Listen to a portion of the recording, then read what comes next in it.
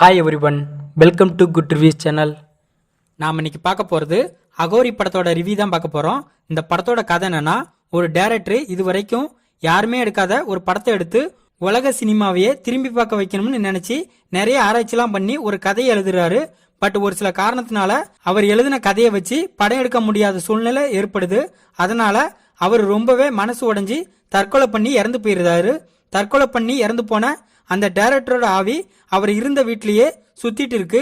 அந்த சம்பவம் நடந்து ரொம்ப நாள் கழிச்சு டைரக்டர் ஆகணும் அப்படிங்கிற ஆசையில இருக்கிற படத்தோட ஹீரோவான சித்து அவரோட ஃப்ரெண்ட்ஸு கூட கதை எழுதுறதுக்காக அந்த வீட்டுக்கு வராரு. இவங்க எல்லாரும் அந்த வீட்டுக்கு வந்ததுக்கு அப்புறம் இவங்களுக்கு நிறைய அமானுஷ்ய விஷயங்கள்லாம் நடக்குது. அதனால இவங்க எல்லாரும் அந்த வீட்டை விட்டு தப்பிக்க ட்ரை பண்றாங்க. இதுக்கப்புறம் என்ன நடந்துச்சு, இவங்க எல்லாரும் அந்த வீட்டை விட்டு தப்பிச்சாங்களா இல்லையா, இதுதான் இந்த படத்தோட கதை. இந்த படத்தை ராஜ்குமார் டைரக்ட் பண்ணிருக்காரு. இந்த படத்துல சித்து, சுருதி, வெற்றி இன்னும் பலர் இந்த படத்துல நடிச்சிருக்காங்க. இந்த படத்தோட பிளஸ் படத்தோட ஹீரோவான சித்து அவரோட கதாபாத்திரத்தை சரியா பண்ணிருக்காரு. ஹீரோனி சுருதி நல்லா நடிச்சிருக்காங்க. ஹீரோட ஃப்ரெண்ட்ஸா நடிச்சவங்களும் அவங்களுக்கு கொடுத்த ரோலை நீட்டா பண்ணிருக்காங்க. படத்துல நடிச்ச எல்லாருமே ஓகேவா நடிச்சிருக்காங்க. படத்துல உள்ள பீஜம் படத்துக்கு பக்கபலமா இருக்கு. படம் முழுக்க ஒரு வீட்டில் நடக்கிற மாதிரி இருந்தாலும் அதை சினிமாட்டோகிராஃபில சூப்பரா கட்டிருக்காங்க.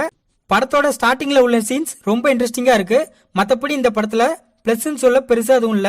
இந்த படத்தோட மேனஸ் இந்த மாதிரி ஸ்டோரி நாம ஏற்கனவே பார்த்து பார்த்து சலிச்சு போன அதர பழைய கதையா இருக்கு. அதனாலேயே நிறைய சீன்ஸ் லேகிங்காவும் ப்ரெடிக்டபிளாவும் இருக்கு. படத்துல ட்விஸ்ட் சஸ்பென்ஸ்னு பெருசா எதுவுமே இல்ல. இந்த படம் ஒரு காமெடி கலந்த ஹாரர் மூவியா இருந்தாலும் படத்துல காமெடியும் சரி ஹாரரும் சரி ரெண்டுமே ஒர்க் அவுட்டே ஆகல. படத்தோட ஸ்கிரீன் பிளே சுத்தமா சரியில்லை.